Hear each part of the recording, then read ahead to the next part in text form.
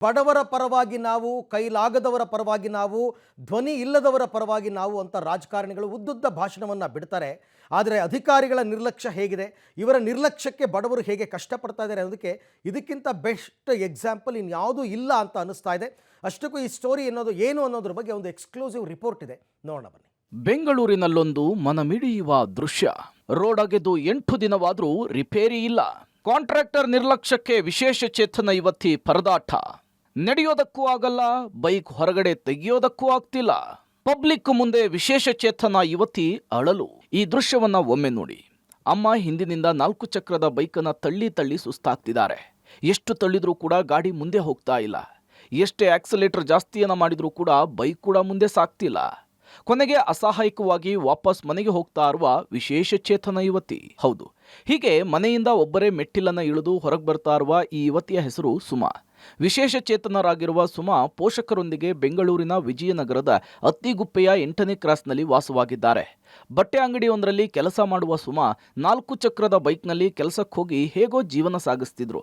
ಆದರೆ ಕಳೆದ 8 ದಿನಗಳ ಹಿಂದೆ ಮನೆ ಮುಂದಿನ ಸಿಮೆಂಟ್ ರಸ್ತೆಯನ್ನೇ ಸ್ಯಾನಿಟರಿ ರಿಪೇರಿಗೆ ಅಂಥೇಳಿ ಜೆಸಿಬಿಯಿಂದ ಅಗೆದು ಬಿಟ್ಟಿದ್ದಾರೆ. ಪರಿಣಾಮ ನಿಂತುಕೊಳ್ಳುವುದಕ್ಕೂ ಆಗದಂತಹ ಸುಮಾಗೆ ಆತಂಕ ಎದುರಾಗಿತ್ತು.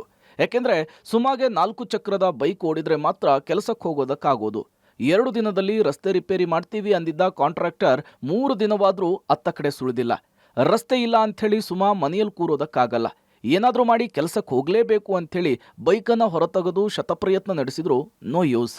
ಸಿಮೆಂಟ್ ಕಲ್ಲುಗಳ ನಡುವೆ ಬೈಕ್ ಎಷ್ಟೇ ಪ್ರಯತ್ನ ಪಟ್ಟರೂ ಮುಂದೆ ಹೋಗ್ತಾ ಇಲ್ಲ. 2 ದಿನ ಅಂತ 8 ದಿನವಾಯ್ತು, ಇಲ್ಲಿವರೆಗೂ ಕೂಡ ರಿಪೇರಿ ಇಲ್ಲ. ನನ್ನ ಜೀವನ ಹೇಗೆ ಅಂಥೇಳಿ ಪಬ್ಲಿಕ್ ಟಿವಿಯ ಮುಂದೆ ಅಸಹಾಯಕತೆಯನ್ನು ವ್ಯಕ್ತಪಡಿಸಿದ್ದು ಹೀಗೆ.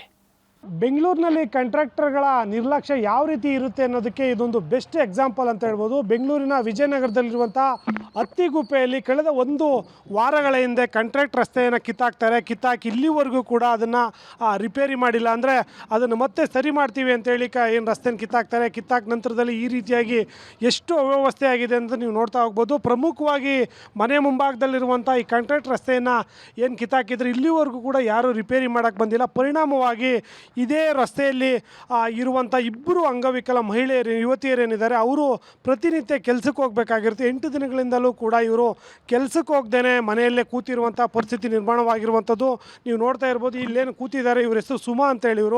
ಇವರೊಂದು ಬಟ್ಟೆ ಅಂಗಡಿ ಒಂದರಲ್ಲಿ ಕೆಲಸ ಮಾಡ್ತಾರೆ. ಇವರು 8 ದಿನಗಳಿಂದ ಯಾವಾಗ ಮನೆ ಮುಂಭಾಗದ ರಸ್ತೆ ಯಾವಾಗ ಕಿತ್ತಾಕಿದ್ರು ಅವತ್ತಿಂದಲೂ ಕೂಡ ಮನೆಯಿಂದ ಆಚೆ ಹೋಗಿಲ್ಲ. ಯಾಕೆಂತಂದರೆ ಅವರು ನಡೆಯೋದಕ್ಕಾಗೋದಿಲ್ಲ. ಮಾತಾಡ್ಸೋಣ ಮೇಡಮ್, ಈಗ ನಿಮ್ಮ ಮನೆ ಮುಂದಿನ ರಸ್ತೆ ಯಾವತ್ತು ಕಿತ್ತಾಕಿದ್ರು, ಅವತ್ತಿಂದ ಈಚೆಗೆ ನಿಮ್ಗೆ ಏನೆಲ್ಲ ಸಮಸ್ಯೆ ಆಗ್ತಾ ಇದೆ? ಸರ್ 8 ಡೇಸ್ ಆಯಿತು ಸರ್ ಕಿತ್ತಾಕ್ಸಿ. ಅವ್ರು ಕಿತ್ತಾಕ್ಸಾಗಿ ಹೇಳಿದ್ರು 3 ದಿವಸದಲ್ಲಿ ಮಾಡಿಕೊಡ್ತೀವಿ, ನಾವು ಈ ಥರ ಹ್ಯಾಂಡಿಕ್ಯಾಪು ಅಂತ ನಮ್ಮ ಅಮ್ಮ ಅವ್ರು ಹೇಳಿದ್ರು. ಇಲ್ಲ 3 ದಿವಸದಲ್ಲಿ ಮಾಡಿಸ್ಕೊಡ್ತೀನಿ ಅಂತಂದರು ಸರ್. ಇನ್ನೂ ಮಾಡಿಕೊಟ್ಟಿಲ್ಲ. ಅವ್ರಿಗೆ ಓಕೆ ಹೇಳಿದ್ರೆ ಇಲ್ಲ ಏನದು ನಡಿಬೋದಲ್ವಾ, ನಡೀರಿ ಅಂತ ಹೇಳ್ತಾರೆ ಸರ್. ಈ ಥರ ಮಾತಾಡ್ತಾರೆ ಅವರು. ಸರ್ ನನಗೆ ಈ ಗಾಡಿನೇ ಇಲ್ಲ ಸರ್, ಈ ಗಾಡಿನೇ ಮೂವ್ ಆಗಲ್ಲ ಅಂದರೆ ನನಗೆಲ್ಲೂ ನಡೆಯೋಕ್ಕಾಗೋದಿಲ್ಲ ಸರ್. ಇದೇ ಇಲ್ಲ ಅಂತಂದರೆ ನನಗೆ ಕೆಲಸಕ್ಕೆ ಹೋಗಿ ನಾನು ತುಂಬ ದಿವಸ ಆಯಿತು ಸರ್. ನನಗೆ ಎಲ್ಲ ಕೆಲಸನೇ ಇಲ್ಲ. ಇದು ಯುವತಿ ಹೇಳುವಂಥದ್ದು. ಯುವತಿ ತನ್ನ ತಾಯಿ ಕೂಡ ಜೊತೆಗಿದ್ದಾರೆ. ನಿಮ್ಮ ಮಗಳು ಪ್ರತಿದಿನ ಕೆಲ್ಸಕ್ಕೆ ಹೋಗಬೇಕು, ಈ ರೀತಿ ರಸ್ತೆ ಕಿತ್ತಾಕಿದ್ದಾರೆ, ಈ ಕೆಲ್ಸಕ್ಕೆ ಹೋಗಿಲ್ಲ, ಮನೇಲೇ ಇರುವಂಥದ್ದು, ಏನು ಹೇಳ್ತೀರಿ? ಸರ್ ಅದೇ ನಾನು ರಸ್ತೆ ಕೀಳುವಾಗಲೇ ಹೇಳಿದೆ ಸರ್, ನಮ್ಮ ಮನೇಲಿ ಈ ಥರ ಮಕ್ಕಳಿದ್ದಾರೆ ಅಂದಿದ್ದಕ್ಕೆ ಅವರು ಮೇಸ್ತ್ರಿ ಇದ್ದಾರಲ್ಲ, ಇದು ಕೀಳ್ತಾ ಇದ್ರಲ್ಲ JCB ಓನರು, ಅವರು ನಾನು 3 ದಿನ ಸಾಕಮ್ಮ ನಾನೆಲ್ಲ ಕ್ಲೀನ್ ಮಾಡಿಕೊಡ್ತೀನಿ ಅಂದರು. ನಾನು ಹೇಳಿದೆ ನೀವು ಸರ್ ರೋಡ್ ನಿಧಾನಕ್ಕೆ ಹಾಕೊಂಡ್ರು ಪರವಾಗಿಲ್ಲ, ಇದು ನನ್ನ ಮಕ್ಳಿಗೆ ಓಡಾಡೋಕ್ಕೆ ವ್ಯವಸ್ಥೆ ಮಾಡ್ಕೊಂಡು ಇಲ್ಲ ಬಿಡಮ್ಮ ನಾನು JCB ಎಲ್ಲ ಮಾಡಿಸ್ತೀನಿ ಅಂದರು. ನೋಡಿ ಸರ್ ಒಂದನ ರೆಡಿ ಮಾಡವ್ರ. ನನ್ನ ಮಕ್ಳಿಗೆ ನಾವು 4 ಜನ ಬೇಕು, ಯಾರೋ ರೋಡಲ್ಲಿ ಹೋಗೋಣ ಕರ್ಕೊಬಂದು ನಾವು ತಳ್ಳಿಸ್ಬೇಕು. ಅವರು ತಾಯಿ ಹೇಳುವಂಥದ್ದು ಆ ದೃಶ್ಯಗಳಲ್ಲೂ ನಿಮಗೆ ತೋರಿಸ್ತೀನಿ ಮೇಡಮ್. ಸ್ಟಾರ್ಟ್ ಮಾಡಿ, ನಿಮ್ಮ ಗಾಡಿ ಎಷ್ಟು ಮೂವ್ ಆಗುತ್ತೆ ಅನ್ನೋದನ್ನು ಲೈವಲ್ಲೇ ಕೂಡ ತೋರಿಸುವಂಥ ಪ್ರಯತ್ನ ಮಾಡ್ತೀನಿ. ನಮ್ಮ ಕ್ಯಾಮ್ರಾಮನ್ ಕೂಡ ಅದನ್ನು ತೋರಿಸುವಂಥ ಪ್ರಯತ್ನ ಮಾಡ್ತಾರೆ. ನೋಡಿ, ಇವರು ಮಹಿಳೆ ಯುವತಿ ಏನಿದ್ದಾರೆ, ಇವರು ಎಷ್ಟರ ಮಟ್ಟಿಗೆ ಗಾಡಿನ ಮೂವ್ ಮಾಡಿದ್ರು ಕೂಡ ಒಂದೇ 1 ಇಂಚು ಕೂಡ ಗಾಡಿ ಮೂವ್ ಆಗೋದಿಲ್ಲ. ಅಷ್ಟರ ಮಟ್ಟಿಗೆ ಅದೇನು ಸಿಮೆಂಟ್ ರಸ್ತೆ ಆಗಿರೋ ಕಾರಣಕ್ಕೆ ದೊಡ್ಡ ಕಲ್ಲುಗಳಿದ್ದಾವೆ. ಹಂಗಾಗಿ ನಿಂತಲ್ಲೇ ಗಾಡಿ ಅದು ಚಕ್ರ ತಿರುಗುವಂಥದ್ದು. ಯಾರಾದರೂ ಸಪೋರ್ಟ್ ಮಾಡಿ ಮೂವ್ ಮಾಡಿದರೆ ಮಾತ್ರ ಅದೊಂದು ಸ್ವಲ್ಪ ದೂರ ಹೋಗುತ್ತೆ. ಆದರೆ ಮುಂದಕ್ಕೆ ದೊಡ್ಡ ಮಟ್ಟದಲ್ಲಿ ಕಲ್ಲಿರೋ ಕಾರಣಕ್ಕಾಗಿ ಅದನ್ನ ಗಾಡಿ ಯಾವುದೇ ಕಾರಣಕ್ಕೂ ಕೂಡ ಮೂವ್ ಆಗೋದಿಲ್ಲ. ಅವ್ರ ತಾಯಿನೇ ಹೆಲ್ಪ್ ಮಾಡಬೇಕು, ಅಕ್ಕಪಕ್ಕದವರು ಕೂಡ ಆ ಗಾಡಿನ ಹೆಲ್ಪ್ ಮಾಡೋಕ್ಕೂ ಆಗೋದಿಲ್ಲ, ಮತ್ತು ಆ ಯುವತಿ ಏನಿದ್ದಾರೆ ಅವ್ರನ್ನ ನಡ್ಕೊಂಡು ಹೋಗೋದಕ್ಕೂ ಕೂಡ ಆಗೋದಿಲ್ಲ. ವಾಹನದಲ್ಲೇ ಹೋಗಬೇಕಾಗಿರೋ ಕಾರಣಕ್ಕೆ ಅವ್ರು ಕಳೆದ 8 ದಿನಗಳಿಂದಲೂ ಕೂಡ ಇದೇ ಜಾಗದಲ್ಲಿ ಅವ್ರು ಪ್ರಯತ್ನ ಮಾಡ್ತಾ ಇರುವಂಥದ್ದು. ಆದರೂ ಕೂಡ ಆ ವಾಹನ ಮೂವ್ ಆಗ್ತಾ ಇಲ್ಲ. ಪರಿಣಾಮವಾಗಿ ಅವರು 1 ವಾರದಿಂದಲೂ ಕೂಡ ಇದೇ ರೀತಿಯಾಗಿ ಕಷ್ಟಪಟ್ಟುಕೊಂಡು ಮನೆಯಲ್ಲಿರುವಂಥದ್ದು. ಈ ಸಂಬಂಧ ಸ್ಥಳೀಯ ಶಾಸಕರಾದ ಎಂ ಕೃಷ್ಣಪ್ಪ ಅವರನ್ನ ಭೇಟಿ ಮಾಡುವುದಕ್ಕೆ ಟ್ರೈ ಮಾಡಿದ್ರು. ಶಾಸಕರು ಕೈಗೆ ಸಿಕ್ತಿಲ್ಲ. ಇನ್ನು ರಸ್ತೆಯನ್ನ ಕಿತ್ತ ಕಾಂಟ್ರಾಕ್ಟರ್ ನಾರಾಯಣ ಅನ್ನೂರನ್ನ ಕೇಳಿದ್ರೆ ಏನ್ ಮಾಡೋದಕ್ಕಾಗುತ್ತೆ, ಸ್ವಲ್ಪ ದಿನ ಅಡ್ಜಸ್ಟ್ ಮಾಡ್ಕೊಳ್ಳಿ ಅಂತ ಹೇಳ್ತಿದಾರಂತೆ.